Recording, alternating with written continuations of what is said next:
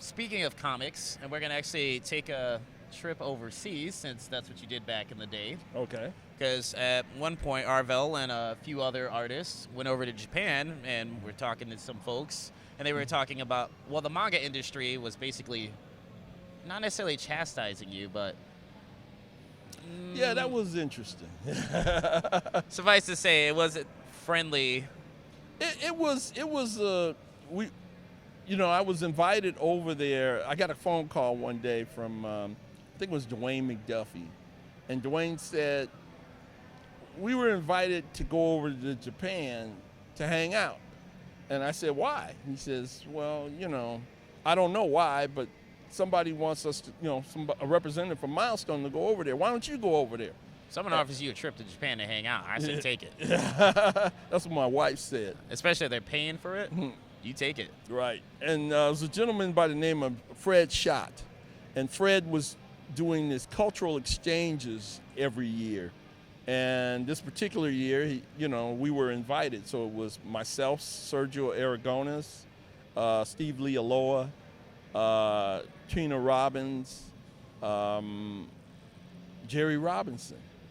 And I guess the idea was to try to cover all of the aspects of comics. Have a minority, have a woman, have a golden age creative, and then have a humorist. Steve actually was sort of a bonus because him and Trina were a couple at the time, and they might still be. But so he got to come along too, and he's like Hawaiian, so it was kind of a good little mixture there. And when we arrived, we looked at each other and said, okay, why are we here? And he says, well, they just invited us over. I guess we're going to hang out a little bit and exchange culture. So for 4 days, we went around, we saw the museums, we saw, we went to the publishing houses, we partied a lot, we went to restaurants, I watched my cohorts, drink lots of sake. I wasn't a drinker. And every day we'd say, okay, what are we doing? And we would ask them, and they'd say, don't worry about it. Let's go to this bar. Let's go look at these geishas. Let's go, And then on the last day, they took us into a room, and it felt like something out of an old documentary of where presidents go and do diplomatic missions.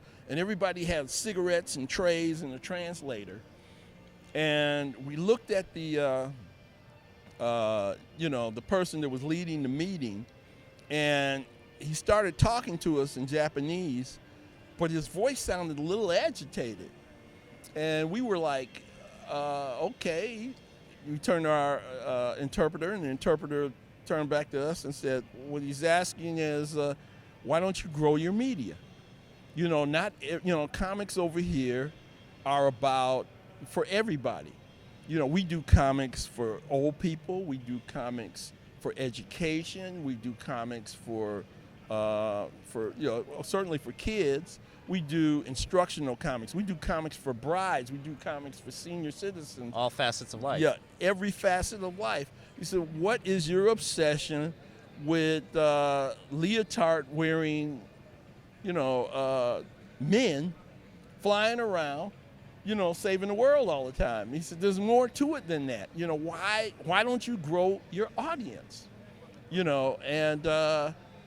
And our answer to that at the time was that we were just the creators. We could come up with the ideas, but the business people made the decision on what was actually going to get published. And he said over in Japan, it's just the opposite. The creators decided whatever they wanted to draw, they could draw. And the companies invested in that. And if it worked out, then it had a full run. If it didn't work out, it got canceled. But the market was defined by the creators, not by the business people and marketing people. And that's the way you grow your market. And that's something I kind of took back with me. The diversity issue, they did a lot of apologizing to me about how black people were portrayed in with big lips and really black skin and bug eyes and things like that. And, they said that was unfortunate. It was a different time. We're so sorry about that and everything like that. And I must have got that almost every time I met an executive while we were there. And asked hopefully that I wasn't offended or angry about it. And at the time I wasn't really. I mean, it did bother me. Those cartoony images were kind of crazy. But for the most part, it was a fun experience. And everybody was very gracious. And what I took away, though, from it was that, the comics industry in general, more investment should be made to discover new markets. And with the new markets being discovered, they have a particular way that they also market their titles. They did everything in these big phone books, they were like huge 100, 200, 300, 400 page comics, and you could get them weekly, and they were all over everywhere. When you go to the train station, at the newsstands, everywhere. And then the ones that were most popular, the ones that got the best feedback from, they would turn them into these paperback novels. Okay. And so the artists actually existed by making money on a weekly basis, creating whatever they wanted to create. And then the corporations would pay for it and let them continue to have some rights. And then the most popular stuff would advance onto these paperback collections.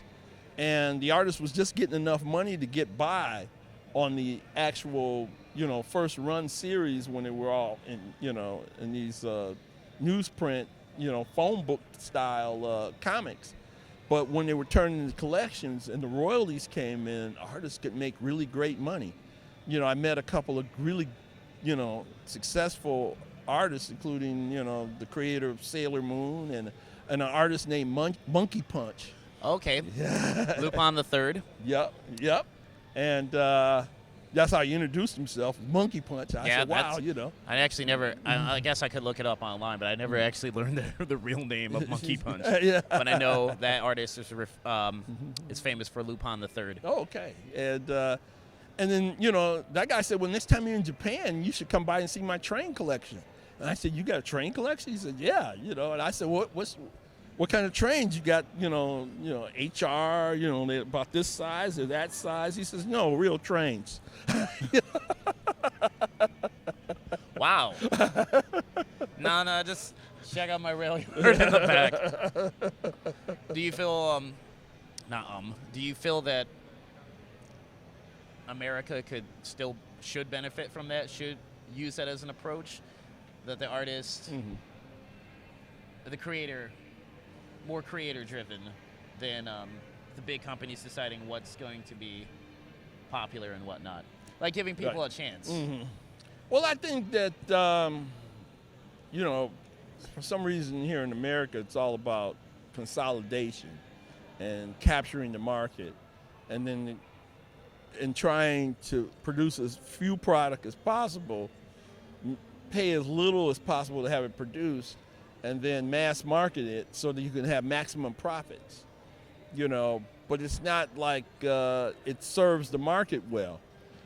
What we do here is, as an independent artist, you either sell your idea to a major company and then you get little royalties, or if any, or you end up publishing on your own and investing your own money, and if it doesn't work out, then you're poor. We could deal with something in the middle where you have a group of investors that, take on projects, and no matter what they are, they just kind of look at, they judge the quality standards. But if it's a good idea, they're willing to fund it. Sort of like the movie industry is kind of that way to a degree. There's a group of investors that will, pick up an idea and run with it. And some of them, it's still a kind of a scary business, but when that's done, though, you get more voices out there and you target more audiences. So, yeah, there's a lot, I think, that we can learn from that. And I think that there's a great diversity right now in terms of subject matter that's being presented from the independent standpoint. but it's not a lot of exposure, not a lot of distribution. Which is unfortunate because I've Yeah. read some awesome independent comics Yeah, definitely. throughout the years. Right.